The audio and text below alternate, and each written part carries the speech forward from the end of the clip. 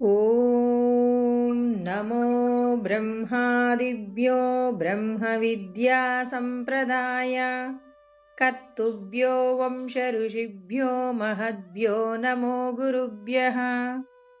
మంగళం గురుదేవాయ మహనీయ గుణాత్మనే సర్వలోకశరణ్యాయ సాధురూపాయ మంగళం. హరి ఓం. యస్య ప్రసాదాదహమేవ సర్వం మయ్యేవ సర్వం పరికల్పితం చ ఇత్థం విజానామి సదాత్మరూపం తస్యాంఘ్రిపద్మం ప్రణతోస్మి నిత్యం. బ్రహ్మానందం పరమసుఖదం కేవలం జ్ఞానమూర్తిం ద్వంద్వాతీతం గగనసదృశం తత్వమస్యాదిలక్ష్యం ఏకం నిత్యం విమలమచలం సర్వధీ సాక్షిభూతం భావాతీతం త్రిగుణరహితం సద్గురుం తం నమామి. నమో గురుదేవ. ఈరోజు మనం భగవద్గీత యందు 4వ అధ్యాయము జ్ఞానయోగము. శ్రీకృష్ణ పరమాత్మ మీరు ఎవరు అని అడిగితే ఈ దేహము అని చెప్తున్న వాళ్ళందరినీ కూడా అజ్ఞానులుగా పరిగణిస్తూ ఉన్నారు. ఈ దేహమునందు సాక్షిభూతమైనటువంటి బ్రహ్మ పదార్థమే నేను అనగలిగినంతగా సాధన చెయ్యవలసి ఉంటుందంటున్నారు కృష్ణ పరమాత్మ. మనందరం కూడా మనల్ని మనం ఉద్ధరించుకునే ప్రయత్నం చెయ్యాలి. ఉద్ధరేదాత్మనాత్మానం నాత్మానమవసాదయేత్.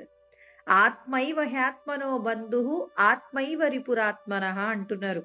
అంటే ఎవరి మనస్సు అయితే నేను ఈశ్వర స్వరూపమే అని అనగలుగుతుందో వాళ్ళు తమ యొక్క ఉద్ధరణను ప్రారంభించారు అనటానికి గుర్తు. ఎవరైతే ఇంకా నేను ఈ దేహమే అనుకుంటూ దేహ సంబంధమైన విషయాలలో సంతోషం రాగానే పొంగిపోతూ వేరొకరిని బాధ పెడుతూ చాలామంది ఏం చేస్తారంటే తమకు ఎవరి వల్లైనా మంచి జరిగిందనుకోండి, అవతలి వాళ్ళకి చెడు జరగాలన్న ఉద్దేశం లేకపోయినా మనకొక మంచి జరిగిందంటే అది 10 మందికి చెప్పేంత వరకు నిద్ర పట్టదండి. మరి అలాంటి సందర్భాలు మన జీవితాలలో ఉంటాయి. కానీ భగవంతుడు అంటారు, మీ యొక్క సంతోషాన్ని అవతలి వాళ్ళు తీసుకోగలిగిన మానసిక పరిణితి ఉంది అనుకుంటేనే మీ సంతోషాన్ని వేరొకరితో పంచుకోండి. కానీ నాకు సంతోషం కలిగిందని లోకమంతా సంతోషించాలని, నాకు కష్టం వచ్చిందని లోకమంతా కూడా కష్టాలతో ఏడుస్తూ దుఃఖంతో ఉండాలి అని కోరుకోవడం అది జ్ఞానము లేని తెలివి తక్కువ తనమే తప్ప అది జ్ఞానంతో కూడినటువంటి పరిణితి కాదు అంటున్నారు కృష్ణ పరమాత్మ. మనందరం ఇక్కడేనండి పొరపాటు చేసేది. మనం ఈరోజు భగవద్గీత జ్ఞానాన్ని ఇంకా ఎన్నో శాస్త్రాలు, పురాణాలు, రామాయణం, మహాభారతం ఇవన్నీ రోజు వింటుంటాం కదండి.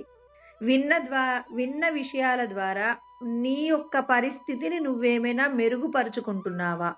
లేకపోతే నేను రోజు ఒక 2 గంటలు భగవద్గీత వింటాను, 1 గంట భాగవతం వింటాను, లేకపోతే ఇంకా నాకు వచ్చినటువంటి భగవత్ సంబంధమైన ఏదో శ్లోకాలు లేకపోతే భక్తి తత్వాలు ఇవన్నీ నేను పారాయణం చేస్తాను అంటే ఈశ్వరుడు అంటున్నారు, మీరు పొందేటటువంటి ఏదైతే జ్ఞానము అంటే మీరు ఎవరి మీదైతే భక్తిని కలిగి ఉన్నారో ఆ భక్తి కలిగి ఉన్నటువంటి పరమేశ్వరుడు మీకేం చెప్తున్నారు? ఈ దేహానికి సంబంధించి వచ్చేటటువంటి సుఖాలు శాశ్వతంగా ఉండవు, ఈ దేహానికి సంబంధించిన దుఃఖాలు శాశ్వతంగా ఉండవు. సుఖమునందు మీరు పొంగిపోతూ వేరొకరిని ఇబ్బంది పెట్టే ప్రయత్నాన్ని మానుకున్నప్పుడు మీరు తెలుసుకున్న శాస్త్రాల వల్ల ఉపయోగం. అలా కాకుండా ఒకరు భాగవత కథ ప్రారంభించగానే చివరికి నాకేం జరుగుతుందని చెప్పేసి ఆ కథలో ఉన్న విషయాలను చెప్పడం కాదు. ఆ కథ ద్వారా మీరు తెలుసుకున్నటువంటి విషయాన్ని మీరు జీవితంలో ఆచరణలో పెట్టుకున్నారా లేదా? కౌరవులంటే దుర్మార్గులని, పాండవులంటే సన్మార్గులని అంటారు. వారు దేనిని పట్టుకోవడం వల్ల మనం ఇప్పటికీ వాళ్ళ పేర్లు చెప్పుకుంటున్నాం. మరి ఎవరును తలుచుకున్నప్పుడు భయంతో వాళ్ళ పేరును ఉచ్చరించడానికి ప్రయత్నం చేస్తాం, ఉచ్చరించకుండా ఉండడానికి ప్రయత్నం చేస్తాం. అంటే సన్మార్గంలో భగవంతుడు చెప్పిన ధర్మ మార్గంలో ప్రయాణం చేసిన వారికి మన ద్వాపర యుగం ఎప్పుడండి అయిపోయింది? చాలా సంవత్సరాల క్రితమే అయిపోయింది. మరి రావణాసురుడు గురించి, త్రేతాయుగంలో రావణాసురుడు గురించి తలుచుకుంటే అయ్యో అలాంటి వాళ్ళు ఈ లోకంలో ఉండకూడదండి అంటున్నాం. అంటే మనం ఏం చేస్తున్నాం? పాపపు కార్యాలు చేసిన వాళ్లను దుర్మార్గులు అంటున్నాం. ఎవరైతే నలుగురికి మంచి చేసే పనిని కలిగి ఉన్నారో వాళ్ళని ఏమంటున్నాం? వాళ్ళని గొప్పవాళ్ళు అంటున్నాం. వాళ్లకు చెయ్యెత్తి నమస్కారం చేస్తున్నాం. అంటే ఎంతసేపు అవతలి వాళ్ళ యొక్క గొప్పతనాన్ని తెలుసుకుంటూ పొగడటం, అవతలి వాళ్ళ యొక్క నీచత్వాన్ని, దుర్మార్గాన్ని తలుచుకుంటూ బాధపడటం, తిట్టటమేనా? మీ జీవితంలో మీ యొక్క ప్రవర్తనని సన్మార్గంలో నడుపుతున్నారా లేదా అని పరమాత్మ ప్రశ్నిస్తున్నారు.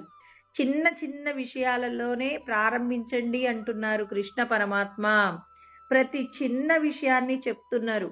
నీకు సంతోషం, ఇప్పుడు నేనున్నానండి, నాకేదో సంతోషం కలిగింది. నాకు కలిగిన సంతోషాన్ని ఇప్పుడు నా కుటుంబానికి నేను పంచొచ్చా పంచకూడదా అంటే, అవతలి వాళ్ళు నేను చెప్పిన మాటని అర్థం చేసుకోగలిగిన స్థితిలో ఉంటే చెప్పొచ్చండి. కానీ వాళ్ళు ఎక్కడి నుంచో బయట నుంచి వచ్చారు, మా అబ్బాయే ఉన్నాడు, ఆ అబ్బాయి ఎక్కడి నుంచో బయట నుంచి వాడేదో టెన్షన్లో, కాలేజీకి సంబంధించిన టెన్షన్లో వచ్చాడు. ఇప్పుడు నాకేదో సంతోషం కలిగిందని నా సంతోషాన్ని ఇప్పుడు ఆ పిల్లవాడికి చెప్తే వాడు వినకపోగా కొంచెం విసుగుగా వెళ్ళిపోతాడు. అప్పుడు ప్రమాదం ఎవరికి జరుగుతుంది? నాకే కదా. ఎందుకు? అతడికి వినగలిగినటువంటి స్థితి ఉందా లేదా అనేటటువంటి పరిస్థితిని అర్థం చేసుకోకుండా నాకు కలిగిన ఆనందము వేరొకరికి చెప్పినప్పుడు వాళ్ళు కూడా సంతోషపడతారనేటటువంటి నా భ్రాంతి నన్ను దుఃఖానికి గురి చేస్తుంది. అయ్యో నాకు ఇంత సంతోషం కలిగిందని చెప్పాను, నా సంతోషానికి కనీసం ఒక చిన్న చిరునవ్వు నవ్వలేదు, పైగా విసిగించకు అన్నాడు. ఇప్పుడు ఇదంతా నాకు దుఃఖమే కదా. భగవంతుడు చూడండి ఎంత జాగ్రత్తలు చెప్తున్నారో. మీకు కలిగిన సంతోషం అందరికీ ఆనందం కలిగిస్తుందని మీరు ఎలా చెప్పగలరు? ఖచ్చితంగా చెప్పలేరు అంటున్నారు. అందుకే పరిస్థితులు అనుకూలంగా ఉన్నప్పుడు అవతలి వాళ్లకు మనం చెప్పింది వాళ్ళు అర్థం చేసుకోగలిగిన మానసికమైన స్థితి ఉందనుకుంటేనే మీ సంతోషాన్ని పంచుకోండి. ఇవాళ చాలా మందిని మనం చూస్తూనే ఉంటాం. వాళ్లకు తెలియకుండానే వాళ్ళు ఏం చేస్తారంటే అవతలి వాళ్ళని మాటల చేత బాధ పెడతారు. కానీ వాళ్ళకు తెలియదు నేను వాళ్ళని బాధ పెట్టానని. నేను ఫలానా గుడికి వెళ్తేనండి ఆ గుడిలో ఉన్న భగవంతుడి వల్ల నాకు ఏ సమస్య రాలేదు అని చెప్తారు. అదే గుడికి చాలా రోజుల నుంచి వెళ్తున్న వాళ్ళు ఉంటారు, వాళ్ళకి కష్టాలు చాలా ఉన్నాయి. అంటే భగవంతుడు నన్నైతే అనుగ్రహిస్తాడు, మిమ్మల్ని అనుగ్రహించడా అని కాస్త వాళ్ళని ఎగతాళి చేసినట్టుగా ఈమె మాటలు ఉన్నాయనుకోండి, అప్పుడు అది వాళ్ళకు దుఃఖం ఇస్తుంది కదా. ఇప్పుడు వాళ్ళు వెళ్ళి ఎవరి దగ్గరికి వెళ్ళి గొడవ పెట్టుకుంటారంటే, వాళ్ళు వెళ్ళే భగవత్ స్వరూపంగా ఉన్నటువంటి ఒక గుడికి వెళ్ళి వీళ్ళు నింద చేస్తారు. వాళ్ళకైతేనేమో అన్ని రకాలుగా సౌకర్యాలు కల్పిస్తారా? రోజు వాళ్ళకంటే నేను ఎక్కువ పూజలు చేస్తాను, ఎక్కువ వ్రతాలు చేస్తాను, ఎక్కువ కొబ్బరికాయలు కొడతాను, నా మీద దయలేదా అని. చూడండి, ఇది మనిషి వలన కావచ్చు, లేకపోతే ఒక దేవాలయానికి, అంటే ఒకరి వల్ల నాకు మంచి జరిగిందని చెప్పాను. వాళ్ళంటారు, ఇప్పుడు ఒక అన్నయ్య ఉన్నాడు, ఇద్దరు చెల్లెళ్ళు ఉన్నారండి. ఒక చెల్లెలు సంతోషాన్ని తట్టుకోలేక అన్నయ్య ప్రేమతో ₹1 పెట్టి ఏదైనా ఒక వస్తువు కొనిచ్చినా పరమ సంతోషం పొందేవాళ్ళు కొందరుంటారు. ఆ సంతోషం కూడా వీళ్ళకి కష్టాన్ని ఇస్తుంది. ఎలా అంటే, అవతలి వాళ్లకు ₹1000 ఇచ్చినా వాళ్ళకి ఏంటి ₹1000 ఇచ్చారు, అందరూ 2000 ఇస్తారు, 10,000 ఇస్తారు, మీరు ఇచ్చారులేండి ఒక ₹1000 అని చెప్పేసి బాధపడే వాళ్ళు ఉంటారు. ఇంకొక చెల్లెలు ₹1 ఇచ్చినా అన్నయ్య ఇచ్చారు అని చెప్పేసి 10 మందికి చెప్పుకుంటుంది. మా అన్నయ్య నన్ను ఇంటికి వెళ్తే ఎంత ప్రేమగా చూసుకుంటారో, వచ్చేటప్పుడు ఏదో ఒకటి ఇవ్వకుండా అన్నయ్య నన్ను పంపించరు అని చెప్పేసి పరమ సంతోషంతో చెప్పుకుంటారు. ఇప్పుడు ఈ మాట ఆ పక్కనున్నటువంటి ఇంకొక చెల్లెకి తెలిసినప్పుడు, ఆహా అన్నయ్య నాకు తెలియకుండా ఏదో ఇస్తారు, లేకపోతే అన్నయ్య మీద ఇంత ప్రేమ ఎందుకు? చూడండి, ఆ ప్రేమ అనేది తన యొక్క స్వయంగా తన లోపల పుట్టింది. అన్నయ్య మీద తనకున్న వాత్సల్యాన్ని అలా చెప్పుకుంటుంది. కానీ అలా చెప్పుకోవడంలో కూడా తన కష్టాన్ని తీసుకొచ్చిందా లేదా, ఇది అర్థం చేసుకోవాలి. అంటే అందరి యొక్క మన ప్రవృత్తి ఒకేలాగా ఉండదు అనే విషయాన్ని కృష్ణ పరమాత్మ మనందరికీ చెప్తున్నారనమాట. అందుకే సుఖం వచ్చిందని చెప్పి, నాకు ఆనందం వచ్చిందని చెప్పేసి అందరితో పంచుకోవాలి అని కాకుండా, దుఃఖం రాగానే అందరూ కూడా దుఃఖపడాలని కాకుండా, ఎప్పుడూ కూడా మీకొచ్చినటువంటి సుఖ దుఃఖాలు ఏవైతే ఉంటాయో ఇతరులకు కూడా సుఖ దుఃఖాలు వస్తాయి. ప్రతి ఒక్కరికి వచ్చేటటువంటి ఈ సుఖ దుఃఖాలనేవి కృష్ణ పరమాత్మ ఏమన్నారు? ఆగమాపాయినో అనిత్యాహ. ఇవన్నీ వస్తుంటాయి, పోతుంటాయి. వీటి గురించి అని చెప్పేసి నలుగురికి చెప్పుకుంటూ, నలుగురి దగ్గర స్వాంతన పొందుతూ, లేకపోతే మనకు సంతోషం కలిగిందని ఇంకో నలుగురికి దగ్గరికి వెళ్ళి ఆ నలుగురికి చెప్పి, ఇలా మీరు రకరకాలైనటువంటి విషయాలతో మిమ్మల్ని మీరు ఏం చేస్తారు? బిజీగా చేసుకోకండి. మీ జీవితంలో మంచి చెడు అనేటటువంటి విషయాలు మరి కలగూర గంపలాగా అనేకం ఉంటాయండి.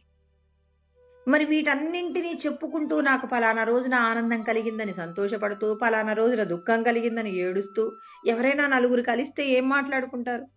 చిన్నప్పుడు మాకు పలానా టైంలో పలానా కష్టం వచ్చింది, మాకు పలానా వాళ్ళు సహాయం చేసేవాళ్ళు.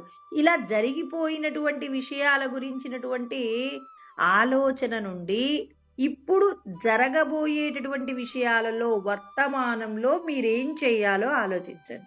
పరమాత్మ అదే చెప్తున్నారు.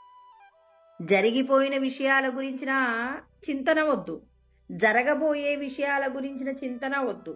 ఈ క్షణంలో భగవంతుడు చెప్పిన విధంగా జీవిస్తున్నారా? మీకున్న సంతోషంతో వేరొకరు నలుగురు కూడా సంతోషంగా ఉండడానికి మీరేదైనా చెయ్యండి. ఇక్కడ పరమాత్మ ఏమంటారంటే, ఇప్పుడు అందుకే కదండి మనమందరం ఏం చేస్తాం, మనకేదైనా సంతోషం కలిగినప్పుడు వెళ్ళి ఒక స్వీట్ ఇస్తాం అందరికి. ఆ స్వీట్తో సరిపెడితే ఇంక సంతోషంగా వెనక్కి రావచ్చు. కానీ ఇక్కడ మనం ఏం చేస్తాం, నా యొక్క సంతోషానికి కారణం ఫలానా అని చెప్పేసి చెప్తున్నప్పుడు అక్కడ ఉన్న వాళ్ళు ఎవరో ఒకరైనా బాధపడతారు. మీ యొక్క సంతోషం వేరొకరికి దుఃఖాన్ని కలిగించేలాగా ఉంది అంటే మాత్రం అది మీకేమవుతుంది? చాలా ప్రమాదం అవుతుంది. అందుకే భగవంతుడు ఎన్ని శాస్త్రాలు తెలుసుకున్నా దుఃఖమునందు కృంగిపోమాకండి, సుఖమునందు పొంగిపోమాకండి. ఇవి రెండూ కూడా మీ జీవితంలో వస్తుంటాయి. కాబట్టి ఇక్కడ మనకి కృష్ణ పరమాత్మ చెప్పిన సత్యాన్ని రమణ మహర్షి సద్దర్శనం అనేటటువంటి గ్రంథం స్వయంగానండి రమణుల దగ్గరికి ఒక వ్యక్తి వచ్చి ఏవో ఒక 40 శ్లోకాలు రాసి వాటి యొక్క వివరణ అవన్నీ కూడా ఒకసారి చెక్ చేయండి అని చెప్పేసి రమణులకు ఇచ్చారంట. ఇప్పుడు రమణులు ఆ పుస్తకం చూసి అంటే తప్పులు సరిచేయమని ఇచ్చారనమాట. ఇస్తే రమణులు ఆ విషయాన్ని చూసి దాని గురించి ఏం మాట్లాడట్లేదట. అప్పుడు వేరొకరు అంటే రమణులకు దగ్గరగా ఉండేటటువంటి సూరి నాగమ్మ ఇట్లాంటి వాళ్ళు కొంతమంది ఉంటారు. వాళ్ళు వెళ్ళి వాళ్ళు ఇచ్చినటువంటి పుస్తకాన్ని సరిచేశారా రమణ అంటే, అది సరిచేయడం కంటే నేను రాయటమే మంచిది అంటే, అన్ని తప్పులు ఉన్నాయట. అన్ని తప్పులు ఉన్నాయి కాబట్టి దానికంటే నేనే రాస్తానని చెప్పేసి రమణులే స్వయంగా 40 శ్లోకాలలో భగవద్గీతలో చెప్పబడినటువంటి సత్యాలన్నింటినీ కూడా చాలా క్లుప్తంగా అందరికీ అర్థమయ్యేలాగా తొందరగా తన లోపలికి ప్రవేశాన్ని పొందడానికి ఏ విధమైన విచారణ జ్ఞానం ఉంటే మనం భగవంతుడిని లోపట అంటే దేహం లోపట చూడగలుగుతామో అటువంటి జ్ఞానాన్ని అందిస్తున్నారనమాట. ఇవాళ మనం 13 అయిపోయాయండి. అప్పుడొకసారి చెప్పి ఇప్పుడు ఇది 14వ శ్లోకం అనమాట. ఇక్కడ రమణులు చెప్పే మాట, ఎవరు చెప్పినా ఉన్నది ఒక్కటే సత్యం. అది ఏంటి? ఉన్నదంతా సచ్చిదానందమే. ఆ సచ్చిదానందాన్ని తెలుసుకోవడానికి పలువురు చెప్పినటువంటి మాటలలో ఒక్కొక్కరికి ఒక్కొక్క మాట నచ్చుతుందండి. ఇప్పుడు ఒక సినిమాను 100 మంది చూస్తే 100 మంది కూడా మరి 100 రకాల అభిప్రాయాలు వ్యక్తపరిచినట్టుగా ఒక్కరికి భగవద్గీతలో చెప్పబడిన విషయం మనసుకు అంటుకుంటుంది, హత్తుకుంటుందండి. తర్వాత కొంతమందికి భాగవతంలో చెప్పబడిన ఒక కథ ద్వారా చెప్పినప్పుడు అర్థమవుతుంది. ఇలా ఒక్కొక్కరికి ఒక్కొక్క సందర్భంలో జరిగిన సంఘటన చెప్తున్నప్పుడు వాళ్ళ యొక్క మనసు ఏం చేస్తుందంటే స్వాంతన పొందుతుంది. ఎవరి మనసు ఎక్కడ స్వాంతన పొందుతుందో తెలియదు కాబట్టి మనం పలు గ్రంథాల యొక్క విచారణను చేస్తామన్నమాట. అందుకని ఇక్కడ చెప్పాడనమాట. రమణులు ఏమన్నారంటే, నిద్రా న విద్య, గ్రహణం న విద్య, గృహ్ణాతి కించిన్న యథార్థ బోధే అన్నాడు. అంటే నిజంగా బ్రహ్మజ్ఞానం అంటే ఏంటి? బ్రహ్మజ్ఞాన విషయంలో నిద్ర అనేది సరైనటువంటి జ్ఞానం కాదు. నిద్ర అంటే ఇక్కడ ఏం చెప్పారు? ఏదో మనం అలసిపోతే పడుకునేటటువంటి నిద్ర కాదండి. మన ఇప్పుడు నిద్రపోతే కూడా ఏం జరుగుతుంది? నిద్ర అనే పదం వాడటంలో ఇక్కడ ఒక మాట కూడా చెప్పారు. మనం సుషుప్తిలోకి వెళ్ళిపోయి గాఢ నిద్రలోకి వెళ్ళినప్పుడు మనసు ఏమవుతుంది? శూన్యంగా మారుతుంది. అంటే మనసు కూడా వెళ్ళి ఎక్కడుంటుంది? ఆత్మలోకి వెళ్ళిపోతుంది కదండీ! వెళ్ళిపోయిన తర్వాత దానికి ఏ ఆలోచన ఉండదు. ఆలోచనలు లేనటువంటి స్థితి. అంటే మనమందరం ప్రతిరోజు కూడా ఏం చేస్తున్నాం? ఆలోచనలు లేని స్థితి పొందుతున్నాం కదా అని చెప్పేసి మనం పొద్దున్నే లేవగానే బ్రహ్మజ్ఞానంతో మనమందరము ఉన్నామా? లేదు. పొద్దున మళ్ళీ నిద్ర లేవగానే మళ్ళీ దేహ సంబంధమైన విషయాలన్నీ తలుచుకుంటూ ఇక నేను ఏం చేయాలి? ఎక్కడికి వెళ్ళాలి? ఏం తినాలి? అని చెప్పేసి రకరకాల విషయాల గురించిన ఆలోచన ఉంటుంది. అది కాదు. ఇక్కడ ఆయన ఏమంటున్నారు? మనస్సులో ఏ విధమైనటువంటి ఆలోచనలు లేకుండా చెయ్యాలి. ఇప్పుడు ఆలోచన లేకుండా చేయడం అంటే మనమేం చేస్తాం? ఇప్పుడు ఒక సంఘటన జరుగుతుందండి. ఎవరో ఒక ప్రవచనం చెప్తున్నారు. చెప్తున్నప్పుడు మనం వింటున్నాం. వింటున్నప్పుడు విన్నది విన్నట్టుగా వినటం కాకుండా సొంత అభిప్రాయాన్ని జోడించటం. అంటే మనసు ఏం చేస్తుంది? రకరకాలైన ఆలోచనలు. ఒక నలుగురు కూర్చొని మాట్లాడుతున్నారు. అక్కడ మనం వెళ్లి కూర్చున్నాం. అక్కడ మనం ఏం చేస్తాం? అక్కడ వాళ్ళు మాట్లాడుతున్న మాటలకు మనం ఏం చేస్తామంటే కొత్తగా ఇంకో 4 మాటలు కలుపుతాం. ఇక్కడ ఆయన అదే చెప్తున్నాడు. ఇక్కడ మీరనుకునేటటువంటి బ్రహ్మజ్ఞానంలో ఇది మనస్సును శూన్యం చేయడం అంటున్నారు. అంటే మనస్సులో ఏ ఆలోచనలు లేకుండా అలా ఉండిపోవడం. జరుగుతున్న దానిని అలా చూడడం. సినిమా చూస్తున్నాం అనుకోండి. సినిమాలో మనం ఏమనుకున్నా అనుకోకపోయినా సినిమాలో జరిగే సంఘటన మనం ఏమైనా మార్చగలుగుతామా? మార్చలేము. కాబట్టి ఇక్కడ పరమాత్మ కూడా ఏం చెప్తున్నారంటే ఇక్కడ జరుగుతున్నటువంటి ప్రతి సంఘటనను కూడా మీరు అలా చూస్తూ ఉండటం నేర్చుకోండి. అంటే మీ జీవితంలో సుఖాలొచ్చాయి. అబ్బా! నా అంత గొప్పవాడు అని చెప్పేసి అహంకరించకండి. దుఃఖాలొచ్చాయి. నా అంత దుఃఖం ఎవరికీ రాకూడదని చెప్పేసి దుఃఖపడకుండా ఉండండి. అలా జరుగుతున్న విషయాలు ఈశ్వరుడు మీకు సుఖాలిస్తున్నాడా, దుఃఖాలిస్తున్నాడా అని చెప్పి సుఖముల యందు పొంగిపోకుండా, దుఃఖముల యందు కృంగిపోకుండా అలా వస్తున్నటువంటి ప్రతి సంఘటనకు కూడా మీరేం చేస్తూ ఉండాలి? తితీక్ష ఓర్చుకుంటూ వెళ్ళిపోతూ ఉండాలి. ఇప్పుడు ఇక్కడ కేవలం దుఃఖాలకు మాత్రమే ఓర్చుకోమని చెప్పాడా కృష్ణ పరమాత్మ? ఇక్కడ మనకు 2వ అధ్యాయంలో 14వ శ్లోకంలో ఏమన్నారు? మాత్రా స్పర్శాస్తు కౌంతేయ శీతోష్ణ సుఖ దుఃఖదా. సుఖమొస్తుంది, దుఃఖమొస్తుంది. మరి కేవలం దుఃఖాన్ని మాత్రమే ఓర్చుకోండి. అవతలి వాళ్ళు మిమ్మల్ని తిట్టారు, ఓర్చుకోండి అని చెప్పేసి చెప్పారా? అవతలి వాళ్ళు పొగుడుతున్నారు, సైలెంట్‌గా ఉండండి.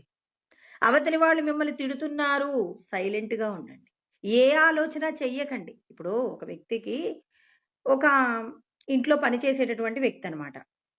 ఆ ఇంటావిడ రోజు కూడా అతనికి ప్రేమగా మంచి రోజు వాళ్ళు ఏం తింటారో పనివాడికి కూడా అలాంటి రోజు వాళ్ళు తినేటటువంటి పదార్థాన్నే పెడతారు. అందులో పని చేసేవాడు అని చెప్పేసి ఏ విధంగా తక్కువ చేసి చూడటం తెలీదు. ఇలా రోజు కూడా పెడుతూ ఉందనమాట. ఒక 10 సంవత్సరాల నుంచి వాళ్ళ ఇంట్లోనే ఉంటున్నాడు. వీళ్ళు మంచి చక్కగా చూసుకుంటారు. ఒక కొడుకులాగా చూసుకుంటారు. ఒకరోజు తనకేదో చిరాకుగా ఉంది. చిరాకుగా ఉండి తింటావు గాని పని చేయడంలో కాస్త తెలివితేటలు వాడవా అని చెప్పేసి ఒక మాట అంటుందండి. ఇప్పుడు చూడండి ఆయన అన్ని రోజుల పాటు మా అమ్మగారు దేవత తల్లిలాగా చూసుకుంటారని చెప్పినటువంటి ఆయన ఇప్పుడు ఆ మాట వినగానే వెంటనే తనలో మార్పొస్తుంది. ఎన్ని రోజుల నుంచి నన్ను బాగా చూసుకుంటున్నారని నేను అనుకుంటున్నాను. నేను సరిగా పని చేయట్లేదని నన్ను తిట్టాలని ఎన్ని రోజుల నుంచి అనుకుంటున్నారో ఇవాళ అవకాశం వచ్చింది కదా అని చెప్పేసి తిట్టేశారని ఇన్ని రోజులు ప్రేమగా తల్లి అన్నటువంటి ఆయన ఏం చేస్తున్నాడు? ఇవాళ తన యొక్క అభిప్రాయాన్ని మార్చుకుంటున్నాడు. భగవంతుడు అంటారు రుణానుబంధ రూపేణ పశుపత్ని సుతాలయ. రోజు గుర్తుపెట్టుకోవాలి ఈ మాట. రోజు ఎందుకు చెప్పుకోవాలంటే మన యొక్క రుణానుబంధం ఉన్నంత వరకే. నువ్వు ఆ ఇంట్లో 10 ఏండ్లు ఉండాలి. నువ్వు ఆ చిన్న మాటతో బయటికి వెళ్ళిపోయే సందర్భం ఎందుకొచ్చిందంటే, అక్కడ నీ యొక్క రుణానుబంధం తీరిపోయింది గాబట్టి నువ్వెళ్ళిపోతున్నావు. కాబట్టి అక్కడి నుంచి వెళ్ళిపో. నేను సరిగా చెయ్యట్లేదు, మా ఇంటి ఓనర్ గారిని నేను తృప్తిపరచలేకపోతున్నానని చెప్పేసి నువ్వు వెళ్ళిపోవచ్చు అంతే. అంతేగాని దానికి సంబంధించి నువ్వు చిలవలు పలవలుగా రకరకాల విషయాల గురించిన ఆలోచన నీకు అనవసరం అంటారు. ఓర్చుకోవడం అంటే ఇదేనండి. అంతేగాని వీళ్ళు ఆ వ్యక్తిని వదిలించుకోవాలంటే వాళ్ళు కూడా చెయ్యొచ్చు. మా ఇంట్లో 10 ఏండ్లు చేసినట్టుగా చేసి, మరి మా ఇంట్లో దొంగతనం గాజులు దొంగతనం చేశాడనో, ఇంకేదో దొంగతనం చేశారనో అనొచ్చు. నువ్వు బాగానే తింటావు, మేము బాగానే చూసుకుంటాం గదా! మరి నువ్వెందుకు సరిగా పని చెయ్యట్లేదు అని చెప్పేసి ఒక మాట అంటే, ఇప్పుడు ఆ మాటతో మనమేం జేస్తామంటే చిలవలు పలవలు చేసి వెళ్ళిపోతాం. మనమే ఆ పొజిషన్‌లో ఉన్నాం. అంటే ఇక్కడ భగవంతుడేమంటున్నారు, మీకు ఏదైతే ఒక సంఘటన జరుగుతుందో ఇప్పుడు దుఃఖం ఎందుకొస్తుందండి మనకి? సుఖం ఎందుకొస్తుంది? మనం బాగా బాధపడుతున్న టైంలో ఎవరో వచ్చి, నువ్వు సంతోషంగా ఉండడానికి కావాల్సిన ఒక మాట చెప్పారనుకోండి. అప్పటి వరకు ఉన్న దుఃఖమంతా కూడా వాళ్ళ ద్వారా పోయింది. ఇప్పుడు వెంటనే వాళ్ళనేం చేస్తామంటే తల మీద పెట్టుకుంటాం. అబ్బా! మీరు చేయబట్టే మాకిప్పటి వరకు మా ఇంట్లో ఉన్న కష్టాలన్నీ పోయాయి అంటాం. భగవంతుడంటారు, మీరు చేసినటువంటి కర్మల ఫలితమే మీరు మంచి చేస్తే, ఇవాళ మంచి పదార్థం వండుకున్నారు. మంచి పదార్థం తింటారు. మీకు ఏదో చేసేటప్పుడు వంట చేసేటప్పుడు ఏదో చెయ్యాలనిపించక చేసుకున్నారు. ఇప్పుడు ఆ పదార్థం రుచిగా ఉండదు. అంటే మీరు ఏం వండుకుంటారో అదే తింటారు. మీరు ఇతరులకు మంచి చేశారనుకోండి, మీకు 10 మంది నుంచి కూడా పొగడ్తలుంటాయి. మీరెప్పుడూ అవతలి వాళ్ళ యొక్క ఆనందాన్ని పోగొట్టే ప్రయత్నం చేశారనుకోండి, మీకేమొస్తాయి? అవతలి వాళ్ళ నుంచి ఎత్తి పొడుపు మాటలొస్తాయి. మీరు దుఃఖపడేలాగా, మీరు కష్టంలో ఉన్నప్పుడు మీకు సహాయం అందకుండా ఉంటుంది. అంటే మీరు చేసుకున్న కర్మలలో ఉన్న మంచి చెడే గదా మీ సుఖము, మీ దుఃఖము. ప్రత్యేకంగా ఒక మనిషి మీద ప్రత్యేకమైన ప్రేమెందుకు? ఒకరి మీద దుఃఖమెందుకు? నన్ను తిట్టారు అని ఒకరి మీద దుఃఖమొద్దు. ఒకరు పొగిడారు అని చెప్పేసి మీరు వాళ్ళ మీద ఎక్కువగా అభిమానమొద్దు. అందరిలో ఎవరిని చూడమంటున్నారు పరమాత్మ? భగవంతుణ్ణి చూడండి. నన్ను తిడుతుందెవరు? భగవంతుడు. నన్ను పొగుడుతున్నదెవరు? భగవంతుడు. అందరిలో భగవంతుణ్ణి చూస్తే ఒక వ్యక్తి మీద ప్రత్యేకమైన ప్రేమ లేదు, ప్రత్యేకమైన ద్వేషము లేదు. అంతటా ఉన్న భగవత్ తత్వాన్ని దర్శనం చెయ్యాలి అంటే ఆయనేమంటున్నారు? మీరందరూ తెలుసుకునేటటువంటి జ్ఞానము, బ్రహ్మజ్ఞానం తెలుసుకుంటున్నారంటే, మరి నాకేం తెలియాలి? నేను ఈ దేహ సంబంధమైన విషయాలకు ఏం కాకూడదు? ఎడిక్ట్ కాకూడదు. అంటే వాటి చేత తాదాత్మ్యత పొందకూడదు అనే సత్యాన్ని ఇక్కడ రమణులు చెప్తున్నారు. ఆయనేమంటున్నారు? నిద్రాన విద్య అంటే ఇది మనస్సును శూన్యం చేయడం కాదు. ఇంకా ఏమంటున్నారు? గ్రహించేటటువంటి వస్తువు కూడా కాదు. గ్రహణం న నిద్ర. అంటే ఒక గ్రహించటం, ఏదో చూడటం, తెలుసుకోవడం అనేటటువంటి విషయాలు కాదు. గ్రహించటం కూడా విద్య కాదు. మరి ఏంటి? అంటే ఆయన ఇక్కడ చెప్తూ ఉన్నారన్నమాట. గృహ్ణాతి గ్రహించటం ఏదైతే ఉందో, తెలుసుకోవటం ఏదైతే ఉందో, కించిన్ అంటే ఏ చిన్నదానిని మీరు తెలుసుకుంటున్నారు అంటే ఇప్పుడు మీ ఇంట్లో బంగారపు నిధి ఉందన్నారండి. ఇప్పుడు ఆ బంగారపు నిధిని మీరేం జేస్తారు? కొద్ది రోజుల పాటు ఆ నిధి కోసం అని చెప్పి ఆ బావిని తవ్వారు. అందులో నిధి వచ్చింది. అంటే ఇలా మీరు తెలుసుకునేటటువంటి వస్తువు దాన్ని మీరు చూడటం, దాన్ని అనుభవించటం కాదు. అంటే అక్కడున్నటువంటి విషయాలన్నింటిలో కూడా మీరు కొత్తగా అనుభూతి పొందేదేమీ లేదు. యదార్థ విద్య, యదార్థ బోధ, బ్రహ్మజ్ఞానంలో ఇక్కడ రమణులు మనందరికీ కూడా సత్యబోధ చేస్తున్నారు. ఏమంటున్నారు ఆయన అనంటే, ఇక్కడ చెప్తున్నారు. ఏమంటున్నారు? నిద్ర పదార్థ గ్రహణేతర స్యాత్. అంటే ఇక్కడ మీరు మనస్సును శూన్యం చేయటమని, తర్వాత ఇంకా ఏం చెప్పుకుంటున్నారు? ఏదో ఒక వస్తువును గ్రహించటం జరుగుతుందని గురువుగారు మీరందరూ కూడా ఆత్మజ్ఞానం తెలుసుకోండి అని చెప్పేసి చెప్తున్నప్పుడు, నేను పలానా వస్తువు గురించి తెలుసుకున్నానండి అని చెప్పేసి అనటానికి ఏమీ లేదు.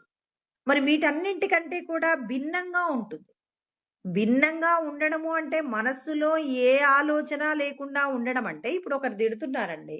ఇప్పుడు నన్ను ఒకరు తిడుతున్నప్పుడు, పలానా వ్యక్తి నన్ను తిడుతున్నారు అన్నప్పుడు అక్కడ ఏం కనపడుతున్నాయి? నామరూపాలు, జగద్రూపాలు ఏవైనటువంటి నామరూపాలు మనల్ని ఏం చేస్తున్నాయి? విశేషణంగా కనపడుతున్నాయి. ఇవి గొప్పగా కనపడుతున్నాయి. పలానా కులానికి చెందినటువంటి పలానా వ్యక్తి నన్ను ఇబ్బంది పెట్టాడు. ఇప్పుడు పలానా వ్యక్తి నన్ను పొగిడాడు, నన్ను సంతోషపెట్టాడు. ఇప్పుడు ఈ పలానా అనేటటువంటి వస్తువు ఏంటి? ఇది బ్రహ్మజ్ఞానం కాదు. ఇది పలానా, ఇది పలానా. పృథగ్వేనతు యజ్ఞానం నానాభావాన్ పృథగ్విధాన్ అంటాడు. వేత్తి సర్వేషు భూతేషు.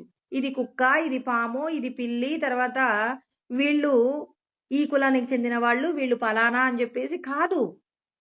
అందరిలో ఏమంటారు? సర్వభూతేషు ఏనైకం భావమవ్యయమీక్షతే అవిభక్తం విభక్తేషు తజ్ఞానం విద్ధి సాత్వికం అంటారు కృష్ణ పరమాత్మ. అంటే సమస్త ప్రాణులు విడిబడినట్టుగా ఉన్నాయి, కానీ ఏకస్వరూపంగా ఉన్న పరమాత్మ చైతన్యాన్ని దర్శించడమే ఇక్కడ మీరు తెలుసుకోవాలి. అందుకే చిదేవ విద్య విలసత్య విలసత్య శూన్యం అంటారు. అంటే ఏంటి? పరిపూర్ణమైనటువంటిదే చైతన్యము. ఈ చైతన్యము ప్రకాశవంతంగా ఉంటుంది. ఇప్పుడు ఇంకా బాగా అర్థం కావాలంటండి, ఒక చోట నాటకం జరుగుతుంది. ఒక 1000 మంది అక్కడ ఉన్నారండి. 1000 మంది ఆ నాటకంలో పాలు పంచుకుంటున్నారు. నాటకం వేయడానికి అక్కడ ఒక 20 మంది ఉన్నారు. అక్కడ నాటకం వేయడానికి వేసిన స్టేజీ కూడా చాలా గొప్పగా అలంకరించబడి ఉంది. ఇన్ని ఉన్నాయి. మరి అక్కడ నాటకం కూడా జరిగిందండి. నాటకాన్ని అందరూ చూశారు. ఇప్పుడు ఎవరిని పొగుడుతారు చెప్పండి? నాటకం ఎవరైతే వేశారో వాళ్ళని అందరూ పొగుడుతారు. చాలా బాగా నటించారు అని చెప్పి చూసిన వాళ్ళందరూ అంటారు. అక్కడున్నటువంటి నటీనటులు అంటారు, ప్రజలందరి యొక్క ఆదరణే ఇవాళ మేము నాటకాన్ని ప్రదర్శించడానికి కావలసిన ప్రోత్సాహం జరిగిందని వాళ్ళేమో ప్రేక్షకులను పొగుడుతున్నారు. ప్రేక్షకులేమో నటీనటులను పొగుడుతున్నారు. ఇంత నాటకం చూడబడుతుంది అంటే ఆ నాటకానికి మూలమైన వస్తువు ఒకటి ఉందని ఎవరూ గ్రహించట్లేదు.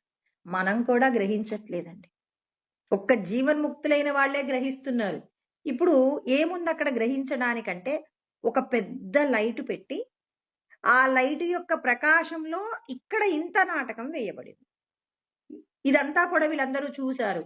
అంటే అందరూ ఆ నాటకాన్ని చూడటానికి, నటించడానికి ఏది ఆధారంగా ఉంది? అక్కడ ఉన్నటువంటి దీపపు శక్తి. ఇప్పుడు ఆ దీపపు శక్తి, ఇప్పుడు ఒక నాటకం వేయాలంటే ఒక్క దీపం కావాలంటే 1 కోటి రూపాయలు పెట్టి కొనాలన్నారనుకోండి. ఇప్పుడు నాటకం వేశారు. ఇప్పుడు నాటకంలో ఉన్నటువంటి నటీనటులు, తర్వాత అక్కడ ఉన్నటువంటి ప్రేక్షకులందరికంటే కూడా అందరి యొక్క ఆకర్షణ దేని మీద పోతుంది? ఈ లైట్ నట 1 కోటి రూపాయలు పెట్టి కొన్నారట. ఈ లైటే లేకపోతే ఇంత నాటకం జరిగి ఉండేది కాదు అని మనం ఏం చేసేవాళ్ళం?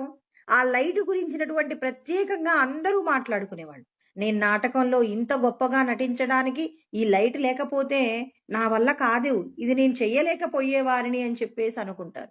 అంటే ఒక లైట్ చీకట్లో నాటకం వేశారు. మరి ఆ నాటకాన్ని ఎవరు చూస్తారు? వీళ్ళు ఏం చేస్తున్నారో వీళ్ళకు తెలియదు. అక్కడ చూసే వాళ్ళకి అక్కడ ఏం జరుగుతుందో తెలియదు. కానీ లైట్ ఏం చేసింది? అందరూ అన్నింటినీ గ్రహించేలాగా చేసింది. ఇవాళ భగవంతుడు కూడా అంతే. మనకన్నీ ఏర్పాటు చేశారు. ఏం చేశారు?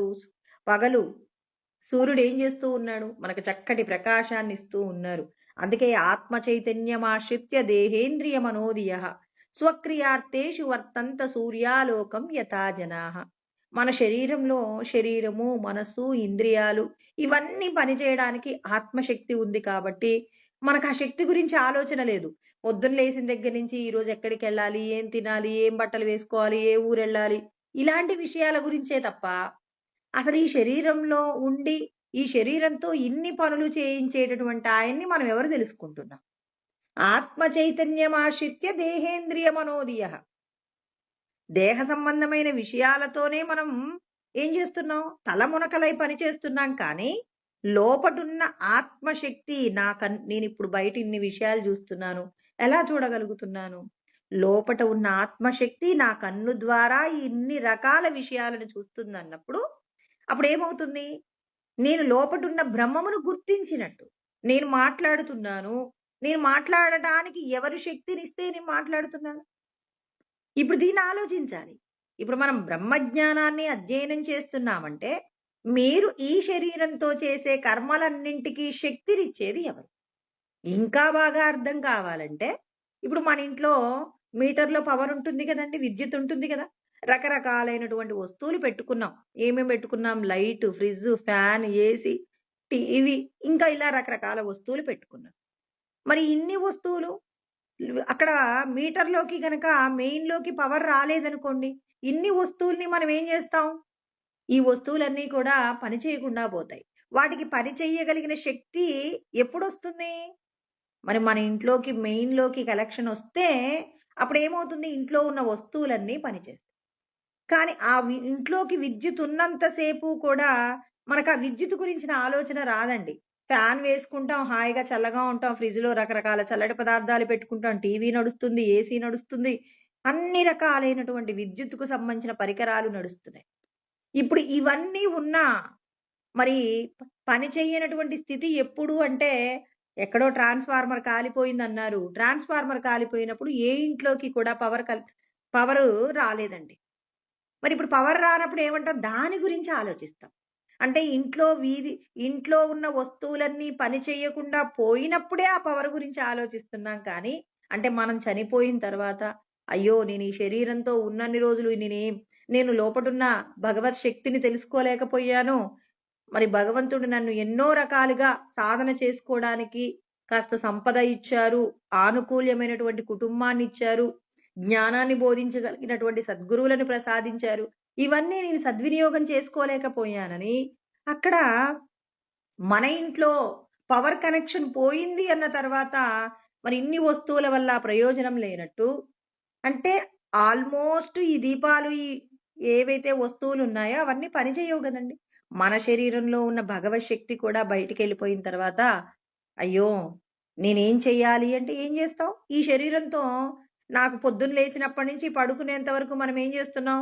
ఎన్నో రకాలైనటువంటి విషయాలు కాసేపు టైం దొరికిందంటే సెల్ ఫోన్‌తో, లేకపోతే టీవీనో, లేకపోతే పక్కింటి వాళ్ళకెళ్ళి ముచ్చట్లో, బంధువులతో కాలక్షేపమో, పండుగలో, తర్వాత ఏదో ఒకటి అశుభ కార్యాలలో బిజీగా ఉంటున్నాం కానీ, మరి ఈ శరీరంలో ఉన్నటువంటి ఆత్మశక్తి గురించి ఆలోచిస్తున్నారా?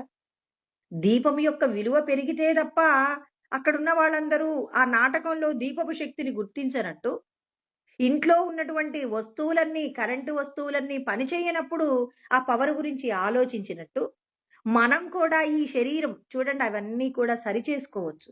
కానీ ఈ శరీరం పడిపోయిన తర్వాత కొన్ని కోట్ల జన్మలలో ప్రయత్నం చేస్తే ఈశ్వరుడు మనకు మానవ శరీరాన్నిచ్చారు. అందులో బుద్ధి చైతన్యాన్ని పెట్టారు.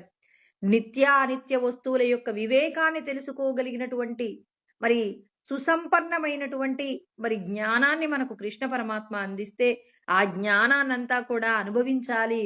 ఆ చెప్పబడిన జ్ఞానాన్నంతా కూడా తెలుసుకొని మరి ఎవరు ఆచరణలోకి పెట్టుకుంటారంటే, అసలు ఈ శరీరం దేని వల్ల చూడండి మనం అన్ని వస్తువుల గురించిన పరిశోధన చేస్తాం. ఒక టీవీ పనిచేస్తుందంటే కొంతమందుంటారు. అసలు ఈ టీవీ ఎలా పనిచేస్తుంది?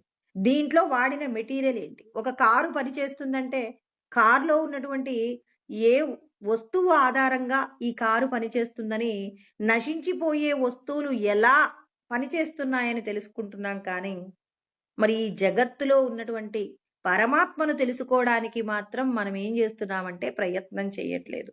ఎప్పుడైనా మనం ఉదయం లేవగానే ఈశ్వరా ఈ శరీరంలో మీరు శక్తిని ఇవ్వటం వల్లే నేను ఈ పనులన్నీ చేసుకుంటున్నానని లోపట ఉన్న ఆత్మశక్తి పట్ల మన యొక్క ఆలోచనలు మల్లుతున్నాయా?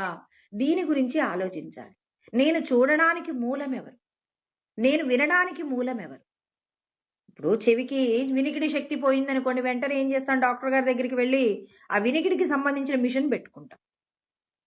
అంటే మనం తాత్కాలికమైనటువంటి రెమెడీలు వెతుకుతున్నాం తప్ప, శాశ్వతంగా నేనసలు ఇన్ని రోజులు మిషన్ పెట్టుకోకుండానే నాకు చెవికి వినగలిగిన శక్తి ఎలా వచ్చింది?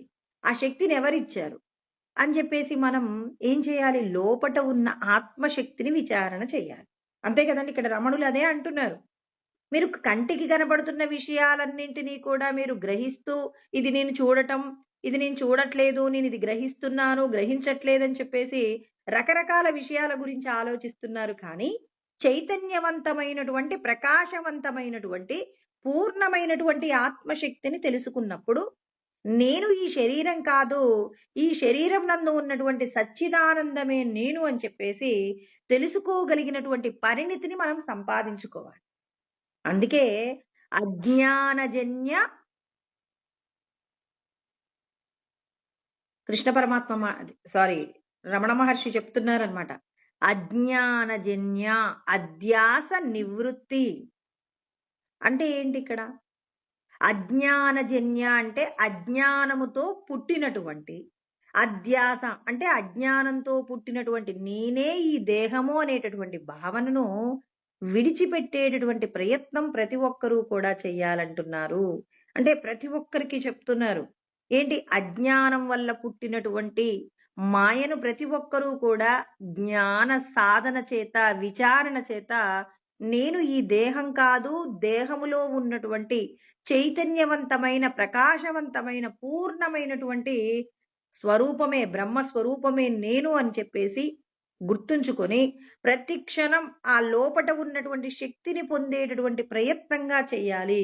అందుకే ఏ వస్తువును చూసినా ఆ వస్తువుకు సంబంధించి ఏముంటుంది అనంటే ఖచ్చితంగా దాని యందు సుఖం ఉంటుంది, దుఃఖం ఉంటుంది. ఒక యాపిల్ ఉందండి, నీకు ఆకలిగా ఉన్నప్పుడు అది సుఖాన్ని ఇస్తుంది.